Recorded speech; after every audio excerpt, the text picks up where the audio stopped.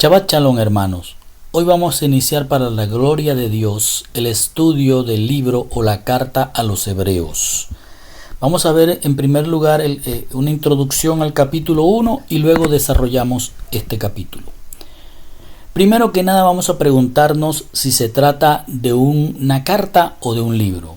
Si fuera una carta, debería incluir un remitente y un saludo, pero no es así. Sin embargo, eso no impide que sea un documento como una epístola, que aunque no contiene un saludo, es un texto cuya función principal es la comunicación entre el escritor que lo redacta y el destinatario que recibe esta carta.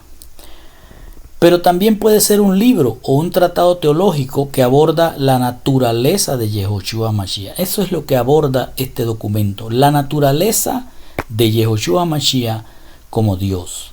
¿Quién es el autor de la carta? No se puede decir categóricamente quién es el autor, pero debe ser alguien que conoce muy bien el pacto antiguo y usa el conocimiento o información que deben haber dejado los apóstoles que estuvieron caminando con Mashiach y fueron testigos presenciales de Yehoshua Mashiach. Lo importante de todo es que toda la escritura es inspirada por Dios y útil para enseñar, para redarguir, para corregir, para instruir en justicia. La fecha aproximada en que se escribe este documento tampoco se conoce, pero según esta epístola, Timoteo está vivo para el tiempo en que fue escrita y no se habla de la destrucción del templo y del fin del sistema sacrificial del Antiguo Testamento. Es decir, que se escribió antes del año 70 cuando se destruye el templo. Y esto puede haber sido escrito alrededor del año 65, más o menos. El propósito de este libro puede ser que sea una epístola escrita por un hebreo para otros hebreos que estaban dentro de la congregación de Mashiach, para exhortarlos a mantenerse en la fidelidad de Yehoshua Mashiach. ¿Por qué a los hebreos? Porque muchos de los primeros judíos creyentes estaban siendo perfeccionados o presionados, mejor dicho, por los de la secta del Brit Milá o el pacto de la circuncisión, y es posible que los presionaron enseñándoles que Yeshua era simplemente un hombre que por su herejía había muerto de la peor forma. Pero si no aceptaban esto, podrían también decirles que él no era Dios, sino simplemente un mensajero celestial, es decir, un ángel enviado por Dios para dar un mensaje igual que un profeta. Con esto buscaban que los hebreos creyentes volvieran a los rituales y creencias del judaísmo y del halajá. ¿En qué va a centrarse este libro que vamos a escudriñar? Se va a centrar en el Antiguo Testamento. Claro, no había un Nuevo Testamento en aquella época, pero todo lo que vamos a ver, el escritor lo va a sustentar sobre pasajes del Antiguo Testamento, para que el lector hebreo que conoce el Antiguo Testamento confirme que dentro del Antiguo Testamento se menciona que Yehoshua HaMashiach es Dios. Pero también ese es el sumo sacerdote celestial, que a diferencia del terrenal que ellos respetaban, Yehoshua no requería continuos sacrificios ni una entrada anual al al lugar santísimo para perdonar pecados. Cada año entraba ese sacerdote terrenal y se purificaban los del pueblo mediante esa entrada al lugar santísimo en el templo. Solo que Yehoshua ahora con su sacrificio terminó esto, y ahora todo el que es del pacto de Yehoshua, sea hebreo o no, tiene la posibilidad, la oportunidad de entrar al lugar santísimo, que ya no es un templo terrenal, sino en la eternidad. Dicho esto, entonces entremos al desarrollo o al escudriñamiento de este maravilloso libro. Dice el verso 1, del 1 al 2 de la carta a los Hebreos: Dios, habiendo hablado hace mucho tiempo, en muchas ocasiones y de muchas maneras a los padres en los profetas, en la posteridad de los días, nos habló en el Hijo, en el cual se estableció como heredero de todo, y en virtud del cual también hizo los mundos. Lo primero que enseña el escritor a los hebreos en las congregaciones de Mashiach que están leyendo esta carta es que Dios ha dividido el tiempo para comunicarse con sus escogidos en dos periodos. Un periodo de tiempo en el cual Dios usó diferentes formas para hablarle y otro tiempo en el cual Dios habla en el Hijo. Cuando dicen diferentes formas se refiere a hablarles por medio de una zarza, la nube, la columna de fuego, los mensajeros en la casa de Abraham, la escalera del cielo a Jacob, y también habló a sus escogidos en forma audible a través de los profetas. Y cuando dice que ahora en el fin de los tiempos habla en el Hijo, y observe que no dice en su Hijo, sino en el Hijo, aclara que ese Hijo es establecido como heredero de todo, pero que además en virtud de que es el heredero de todo, el Hijo, es decir, el heredero, hizo los mundos, es decir, hizo todo. El escritor no menciona el nombre del heredero, pero los hebreos creyentes en esas congregaciones de Mashiach que están allí es porque encontraron que en los profetas como Isaías, Miqueas, Zacarías, Daniel, Moisés, entre otros, se hablaba ya de que Yehoshua era ese heredero y que vendría para el fin de los tiempos y que él es el Dios que ha creado los mundos. Ahora entendamos un poco qué son los mundos de los que está hablando este escritor. El mundo o los mundos a lo que se refiere son dos mundos, el Olam Hazé y el Olam Haba. El Olam Hazé es este mundo, este universo donde está el planeta Tierra, que muchas veces en la Biblia lo ponen como Tierra, pero está hablando del universo en el que está este planeta. Y el Olam Haba es el mundo por venir, es decir, los cielos, la eternidad. Cuando en la escritura en hebreo dice Haolam Haba, están diciendo el mundo por venir, la verdad, el mundo de luz, lo que le llaman también la diestra de Dios. Cuando dicen Yeshua subió y se sentó a la diestra del Padre, está diciendo que Yehoshua volvió a su origen, se estableció en su origen, en la diestra de Dios, es decir, en su origen que es el cielo. Olam Haemet, también es llamado el Olam Haba, es el mundo de verdad, mientras que el Olam Hazé es considerado el mundo de la falsedad, la oscuridad. Entonces hay un mundo venidero y un mundo en el que estamos los humanos en este momento. El de arriba se llama la diestra de Dios, el de abajo se llama la siniestra.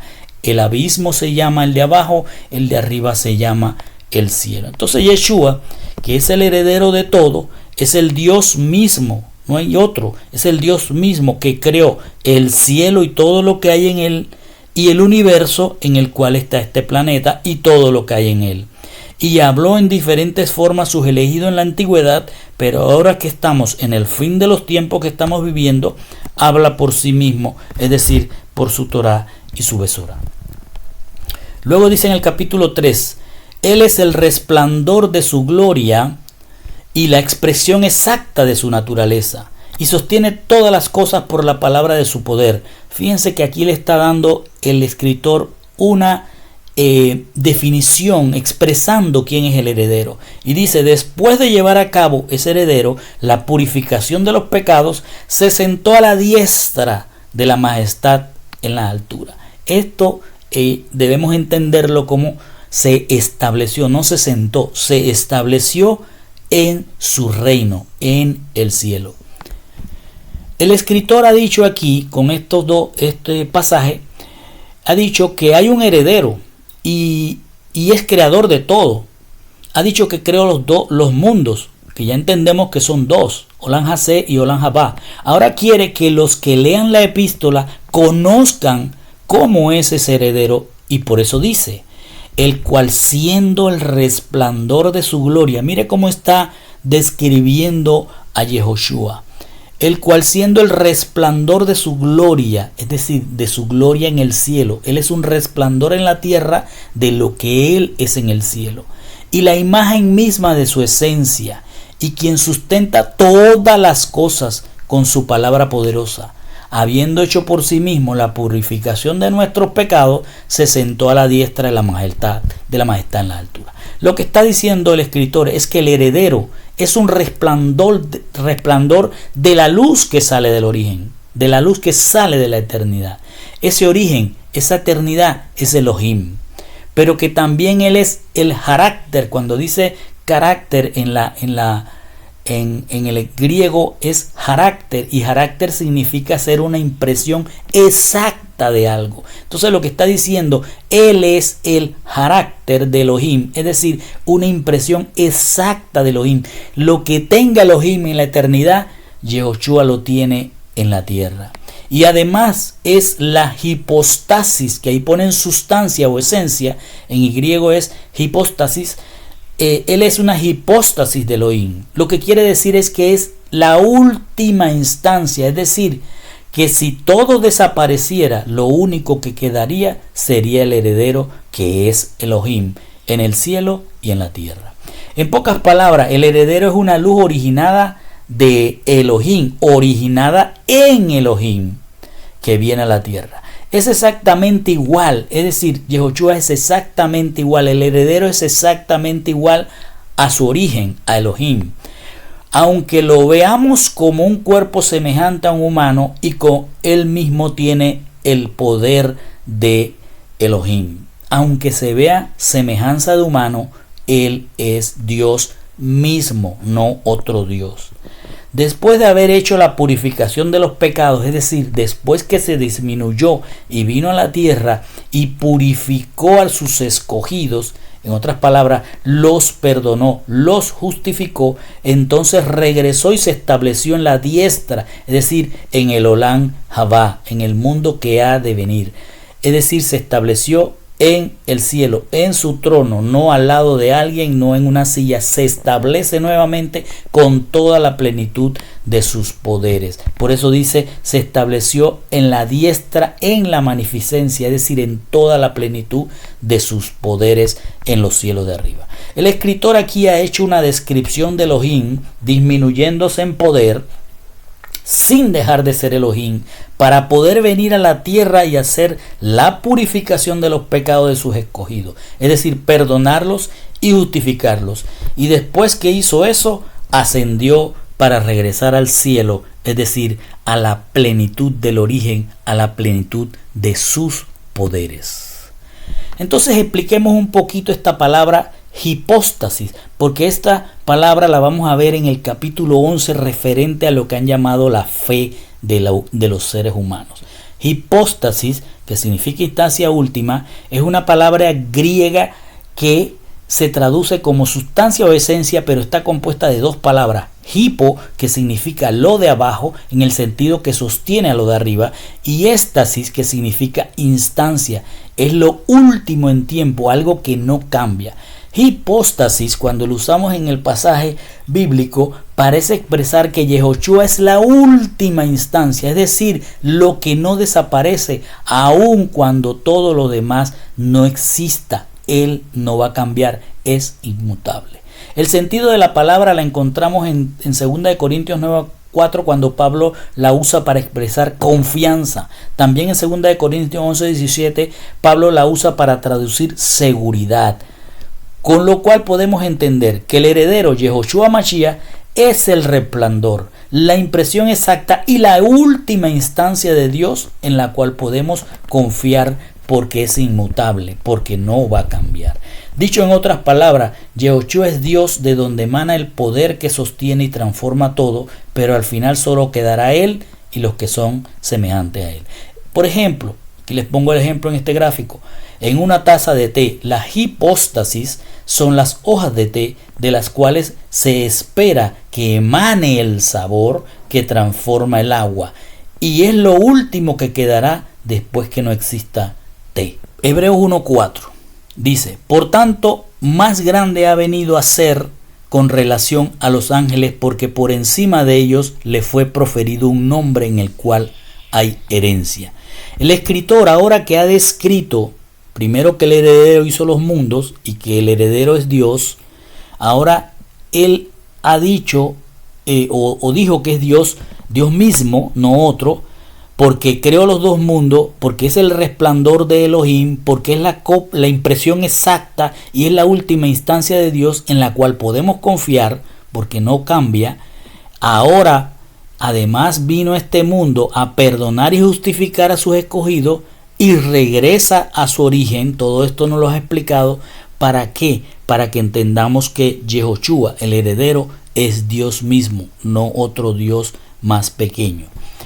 Ahora el escritor quiere reforzar esta idea, o lo que está diciendo, de que el heredero es superior a todo, y va a decir ahora que ese heredero es superior a los ángeles, a los mensajeros celestiales. Por eso dice, por tanto, más grande ha venido a ser con relación a los ángeles. El judaísmo enseña que los ángeles existen como, o pueden existir como, seres con apariencia humana, por lo que los hermanos judíos en la Cajal de Machía podrían llegar a pensar que el heredero no era Dios, sino a un ángel enviado por Dios. Es decir, que Yehoshua no era un Dios, sino un ángel que había sido enviado desde la eternidad. Así que el escritor quiere aclarar que el heredero no es un ángel, sino que es superior a cualquier ángel que baje del cielo.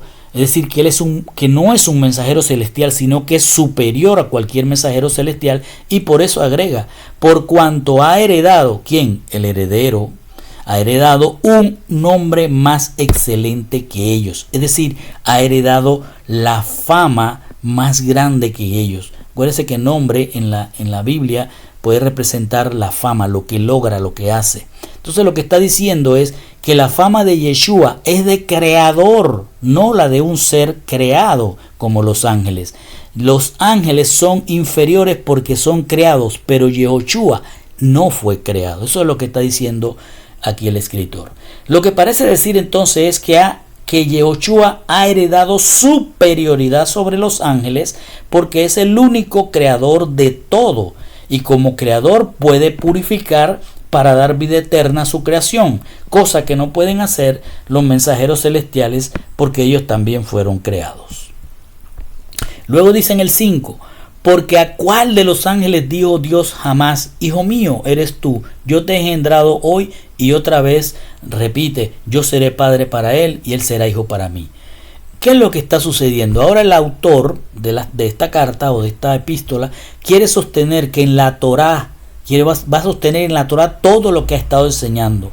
Y para que se entienda que no es palabra de él, no es palabra de hombre, sino palabra de Dios lo que él está explicando. Ahora entonces, en base a que es palabra de Dios, cita el Salmo 2.7 y hace una pregunta. ¿Por qué? ¿A cuál de los ángeles dijo Dios jamás, hijo mío eres tú, yo te he engendrado hoy? La traducción del griego parece decir que Elohim parió un hijo, pero el Salmo 2.7 traduce en el sentido hebreo. Fíjense cómo traduce en el sentido hebreo. Proclamaré el decreto.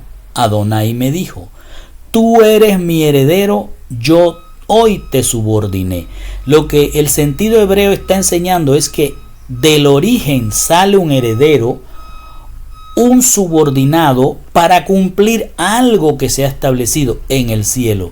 En otras palabras, el heredero no es un ángel creado para hacer algo, sino alguien que sale del origen para subordinarse a lo que él mismo ha establecido en su plenitud de poder, es decir, como Elohim. En otras palabras, que Elohim, por su propia palabra, se subordina, se disminuye entonces para cumplir una misión. A continuación, queriendo reforzar que el heredero es Dios, el escritor dice o cita a 2 de Samuel 2.14, que para entenderla mejor la leeremos desde 2 de Samuel 2.13.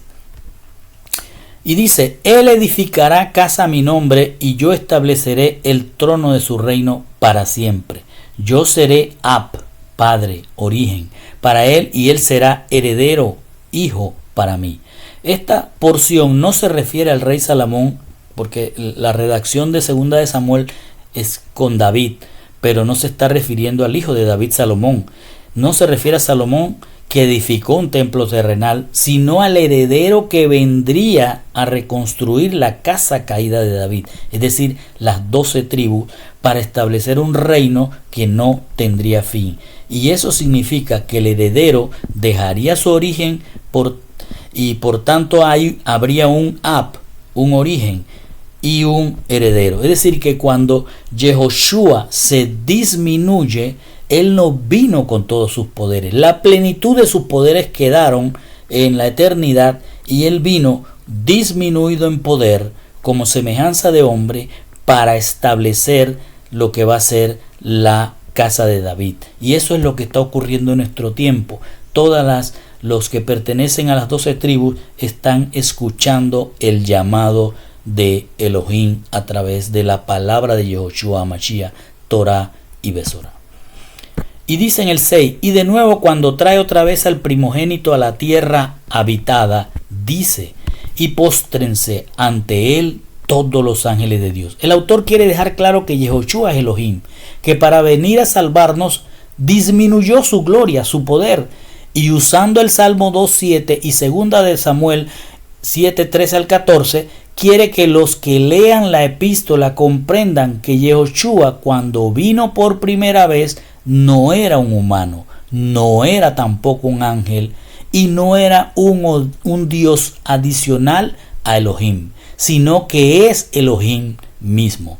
Y ahora el escritor va a referirse a la segunda venida de Yehoshua diciendo, ya habló de la primera venida cuando se disminuyó y vino, ahora va a hablar de la segunda venida usando la palabra de Dios. Y dice, y de nuevo cuando trae otra vez al primogénito de la tierra habitada, dice, y póstrense todos los ángeles. El autor cita la última parte del Salmo 97.7 que tradujeron, y adórenle todos los ángeles, pero en el hebreo la porción completa del Salmo 97.7 dice, se avergüenzan los que sirven a los ídolos, los que se glorian en vanidades, se postrarán ante él todos los Elohim. Vemos que el Salmo no dice ángeles, sino Elohim, y la palabra Elohim se refiere a todo aquel que recibe la palabra de Dios para hacerlas, como Moisés, los jueces de Israel, los profetas, los mensajeros celestiales y también todos los que guarden para hacer su palabra. Lo que quiere decir el autor al usar el Salmo 97, que habla del reinado de Yehoshua en su segunda venida, es que cuando él venga nuevamente, se avergonzarán los que hoy están sirviendo a ídolos y se jactan de las cosas vanas de este mundo. Y entonces agrega que se postrarán ante él cuando Yehoshua establezca su reino aquí, todos los que guardan para hacer su palabra. El autor está refiriéndose al milenio. Entonces en el verso 7 dice, y de los ángeles dice, el que hace a sus ángeles espíritus y a sus ministros llamas de fuego. El escritor ahora quiere establecer la diferencia entre los mensajeros celestiales, los ángeles, y Dios hecho heredero.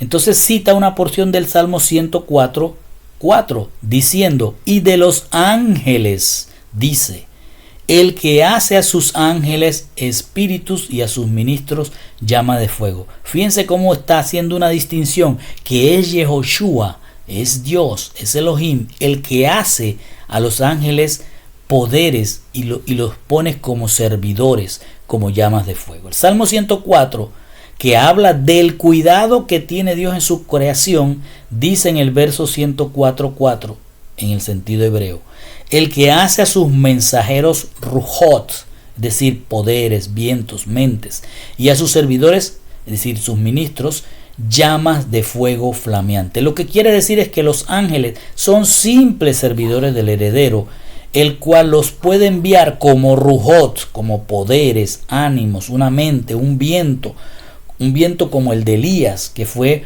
un viento suave que le habló a Elías, que busca mover, ese viento buscó mover a Elías, y un ruhot, un viento puede ser algo que quiere hacer mover a un creyente, hacerlo cambiar de algo para hacer otra cosa, para transformarlo. Pero también los servidores que envía Yehoshua pueden ser enviados como llamas de fuego, es decir, como un instrumento de juicio. Llegamos entonces a los versos 8 y 9 que dice, pero el Hijo dice, Pero del Hijo, o sea, acá habló de los ángeles, ahora va a hablar del heredero. Pero del heredero dice, tu trono, oh Elohim. Miren cómo el heredero ya es mencionado como Elohim, como Dios. Tu trono, oh Elohim, como si dijera tu trono, oh heredero. Tu trono, oh Elohim, es por los siglos de los siglos, y cetro de equidad es el cetro de tu reino. Has amado la justicia y aborrecido la iniquidad, por lo cual Dios, tu Dios, te ha ungido con óleo de alegría más que a tus compañeros.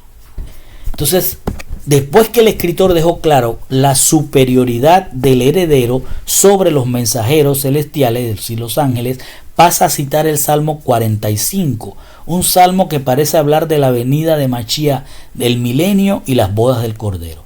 El autor cita la porción del Salmo 45, versos 6 y 7, que dice: tu trono, oh Elohim, será por este mundo y la eternidad. Cetro de rectitud es el cetro de tu reino. Amaste la justicia y no amaste la violación de la Torá. Por lo cual, Elohim, tu Elohim, te ungirá con óleo de alegría y no a tus compañeros, o en vez de tus compañeros. Para entender la última parte de esta porción, Dios tu Dios, debemos recordar que la palabra Dios en hebreo es Elohim, pero esta palabra también significa la plenitud de la deidad o la plenitud del amor, porque Dios es amor. Entonces esta porción debe entenderse así: tu trono, oh Elohim, es decir, el heredero, será por este mundo y el venidero, los dos mundos. Cetro de rectitud es el cetro de tu reino, el que vas a establecer. Amaste la justicia y no amaste el quebrantar la Torá, por lo cual, escuche bien, por lo cual el amor, tu amor, te ungirá. Pero aquí cambia ungirá por subordinará. Es decir, el amor, tu amor entrañable, te ungirá. Es decir, te va a subordinar. Lo que hayas dicho en el cielo, tu palabra, que la hiciste por amor o la estableciste por amor, te subordina. Ese amor entrañable te subordina. Eso es lo que está diciendo, que ahora el heredero, por su propio amor, está subordinado a llevar a sus elegidos, a sus escogidos, a que participe con él de la gloria en el cielo, en el Olam Habá. Entonces le dice: con aceite de gozo te has subordinado y no a tus compañeros, es decir, a ningún ángel. En otras palabras, el escritor quiere mostrar el gran respeto que tiene Dios por su propia palabra, que por su amor entrañable, su propio amor, se subordina a su propia Torá y no la quebranta a pesar de lo que va a sufrir en la tierra. Y que será el ungido, el Machía, el heredero, con alegría. Pero además aclara que los mensajeros celestiales que acompañan a Yeshua no son ungidos, es decir, no son ungidos, son creados por Machía para que les sirvan. Llegamos al verso 10 al 12 del capítulo 1 y dice: y tú, Señor, en el principio pusiste los cimientos de la tierra y los cielos son obra de tus manos. Acuérdense que está hablando en este momento ya no de los ángeles, sino ahora hablando del heredero nuevamente. Ya nos habló de que hizo una primera venida, hizo una segunda venida, ahora nos quiere dar a entender más sobre el heredero. Y le dice: y tú, Señor, en el principio pusiste los cimientos de la tierra y los cielos son obra de tus manos. Ellos perecerán, pero tú permaneces, y todos ellos como una vestidura se envejecerán. El escritor aquí sustenta de nuevo que Machía es Dios, y después que ha dicho que él mismo, por su amor entrañable, se subordinó a sacrificarse para entregar la herencia a sus escogidos, ahora nos cita el Salmo 102, 26, que dice desde el verso 24: yo diré, Elohim mío, no me eleves en la mitad de mis días, porque de generación en generación son tus años. Tú fundaste la tierra desde antes, y obra de tus manos son los cielos. Ellos podrán perecer, pero tú permanecerás de pie, y todos ellos como la ropa se desgastan, como un vestido los cambias tú y serán cambiados.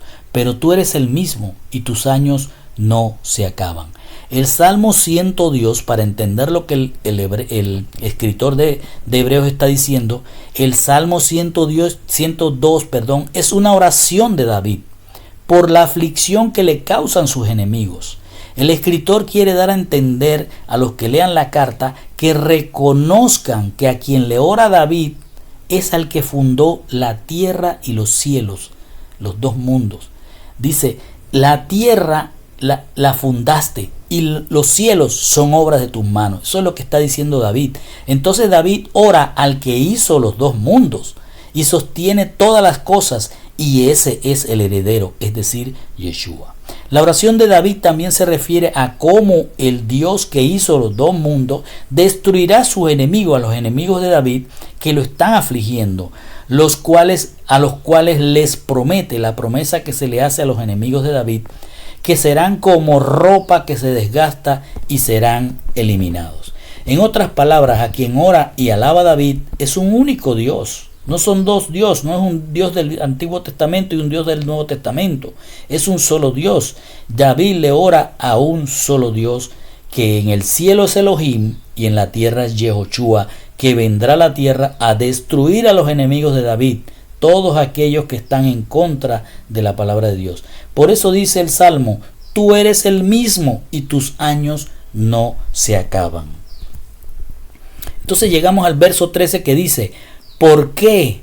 ¿Y a quién de los ángeles le dijo una vez, siéntate a mi diestra hasta que ponga a tus enemigos por estrado de tus pies? Observe que ha venido diciendo, Yeshua se disminuyó en una primera venida, luego vino en una segunda, establecerá su reino, y ahora nos dice que siendo él superior a los ángeles, ¿a quién de los ángeles Elohim le ha dicho alguna vez, siéntate aquí a mi diestra? Es decir, establécete de regreso en tu origen hasta que se ponga por estrado de tus pies a tus enemigos. El escritor ha estado atacando la enseñanza de que Yeshua es un ángel, es decir, el escritor ha querido decirle a los hebreos que lo escuchan, Yehoshua, no se dejen engañar, Yehoshua no es un ángel. Y para ello ha dicho que Yehoshua es superior a ellos, que los ángeles se postran ante él y que son sus servidores, a los que él envía como un viento o como fuego. Además ha dicho que él reinará, Yehoshua reinará en este mundo y en el venidero, porque él creó los dos mundos. Entonces pregunta, además de todo lo que les he enseñado, que es Dios mismo, que es superior a los ángeles, que creó los dos mundos, ¿a quién de los ángeles le dijo alguna vez, siéntate a mi diestra hasta que ponga a tus enemigos por estrado de tus pies? La pregunta es un llamado a los judíos en la Cajal de Mashiach a recordar lo que enseña el Salmo 110 verso 1 y motiva a que se pregunten, ¿quién a quién le está preguntando esto? Es decir, ¿a quién Dios le está diciendo siéntate a mi diestra? Para entenderlo hay que revisar el sentido del hebreo del Salmo 110. El Salmo 110 dice Hashem a Adonai, mi Señor. Adonai significa mi Señor. Dice Hashem a Adonai, permanece a mi diestra, permanece en el cielo, hasta que haga a tus enemigos estrado para tus pies. Para comprender mejor el pasaje hay que recordar que la diestra se refiere al cielo y que las 4 letras que aparecen en el hebreo, Yud Hei Bab Hei, que traducimos como Hashem, se refieren a un juicio, mientras que Elohim se refiere al amor. Es decir, la descripción de Elohim es amor, mientras que la descripción de Hashem es juicio.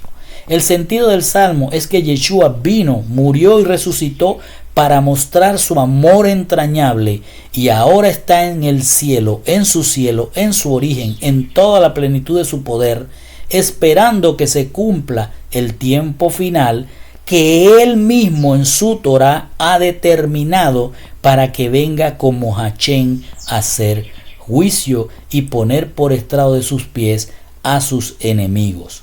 En la antigüedad, cuando un rey derrotaba a sus enemigos, esos líderes derrotados eran llevados ante el rey y tirados a los pies del trono del rey vencedor para que dictaminara su sentencia. El escritor parece exhortar a los hermanos hebreos que están en la congregación de Machía que se pregunten si un mensajero celestial, que es una creación, puede determinar por sí mismo morir por algo que no ha creado, resucitar y regresar al cielo y esperar el tiempo que él mismo haya determinado para derrotar a sus enemigos que no ha creado. En otras palabras, un mensajero celestial no es un creador, sino un sirviente de Dios. Y termina diciendo, verso 14, con una pregunta: ¿no son todos ellos espíritus que sirven enviados para servir por causa de los que heredan la salvación?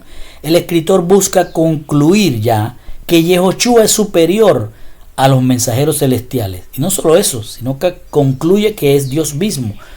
Por lo que ahora hace otra pregunta. ¿Es que no son todos ellos, es decir, los mensajeros celestiales, servidores poderosos con la misión, mejor dicho, de asistir a los que han de heredar la salvación? Debemos recordar que un mensajero celestial puede ser una zarza, un viento, el fuego, una plaga, una enfermedad, un ser de luz, unos hombres o cualquier creación de Dios que sirva como enviado para llevar un mensaje de cambio o de juicio. El escritor quiere motivar al hebreo creyente que comprendan la superioridad de Yehoshua sobre sus mensajeros celestiales, y por eso dice: todos ellos son servidores, entendiéndose que el creador de los mundos los creó a esos servidores y los creó como rujot, servidores, es decir, como poderes, como poderosos mensajeros que se pueden presentar en diferentes formas.